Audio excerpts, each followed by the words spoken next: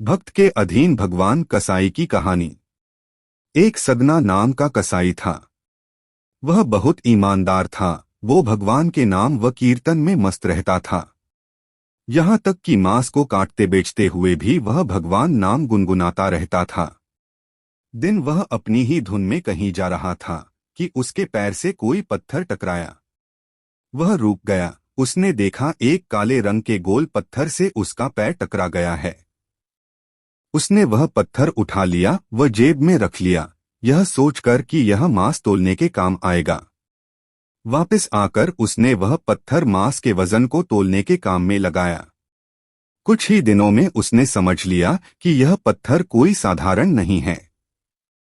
जितना वजन उसको तोलना होता, पत्थर उतने वजन का ही हो जाता है। धीरे धीरे यह बात फैलने लगी कि सदना कसाई के पास वजन करने वाला पत्थर है। वह जितना चाहता है पत्थर उतना ही तोल देता है। किसी को 1 किलो मांस देना होता तो तराजू में उस पत्थर को एक तरफ डालने पर दूसरी ओर 1 किलो का मांस ही तुलता। इस चमत्कार के कारण उसके यहाँ लोगों की भीड़ जुटने लगी। भीड़ जुटने के साथ ही सदना की दुकान की बिक्री बढ़ गई। बात एक ब्राह्मण तक भी पहुंची। हालांकि वह ऐसी अशुद्ध जगह पर नहीं जाना चाहता थे जहां मांस कटता हो व बिकता हो, किंतु चमत्कारिक पत्थर को देखने की उत्सुकता उसे सदना की दुकान तक खींच लाई। दूर से खड़ा वह सदना कसाई को मीट तोलते देखने लगा। उसने देखा कि कैसे वह पत्थर हर प्रकार के वजन को बराबर तोल रहा था। ध्यान से देखने पर उसके शरीर के रोने खड़े हो गए। भीड़ के छटने के बाद ब्राह्मण सदना कसाई के पास गया। ब्राह्मण को अपनी दुकान में आया देखकर सदना कसाई प्रसन्न भी हुआ और आश्चर्यचकित भी। बड़ी नम्रता से सदना ने ब्राह्मण को बैठने के लिए स्थान दिया और पूछा कि वह उनकी क्या सेवा कर सकता है। ब्राह्मण बोला, तुम्हारे इस चमत्कारिक पत्थर को देखने के लिए ही मैं तुम्हारी दुकान पर आया हूँ, या यूँ कहें कि ये चमत्कारी पत्थर ही मुझे खींचकर तुम्हारी दुकान पर ले आया है। बातों ही बातों में उन्होंने सदना कसाई को बताया कि जिसे पत्थर समझकर वो मांस तोल रहा है, वास्तव में वो शालीग्राम जी हैं, जो कि भगवान का स्वरूप होता है। शालीग्राम जी को इस तरह गलेक्टे मांस के बीच में रखना व उनसे मांस तोलना बहुत बड़ा पाप है। सदना बड़ी ही सरल प्रकृति का भक्त था।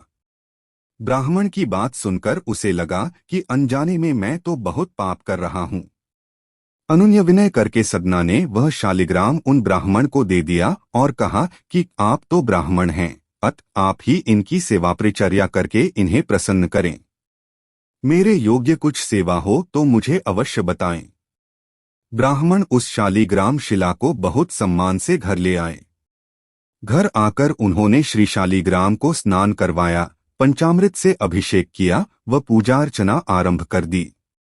कुछ दिन ही बीते थे कि उन ब्राह्मण के स्वप्न में श्री शालिग्राम जी आए व कहा, हे ब्राह्मण, मैं तुम्हारी सेवाओं से प्रसन्न हूँ, किंतु तुम मुझे उसी कसाई के पास छोड़ आओ। स्वप्न में ही ब्राह्मण ने कारण पूछा तो उत्तर मिला कि तुम मेरी अर्चना पूजा करते हो, मुझे अच्छा लगता है, परंतु जो भक्त मेरे नाम का गुणगान कीर्तन करते रहते हैं उनको मैं अपने आप को भी बेच देता हूँ। सदना तुम्हारी तरह मेरा अर्चन नहीं करता है, परंतु वह हर समय मेरा नाम गुनगुनाता रहता है, जो कि मुझे अच्छा लगता है, इसलिए तो मैं उसके पास गया था। ब्राह्मण अगले दिन ही सदना कसाई के पास गया व उनको प्रणाम करके सारी बात बताई व श्री शालिग्राम जी को उन्हें सौंप दिया। ब्राह्मण की बात सुनकर सदना कसाई की आंखों में आंसू आ गए।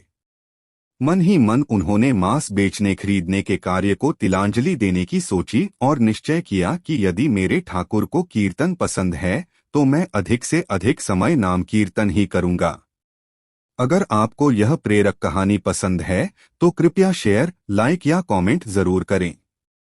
कृपया अपने किसी भी तरह के सुझावों अथवा विचारों को हमारे साथ अवश्य शेयर करें।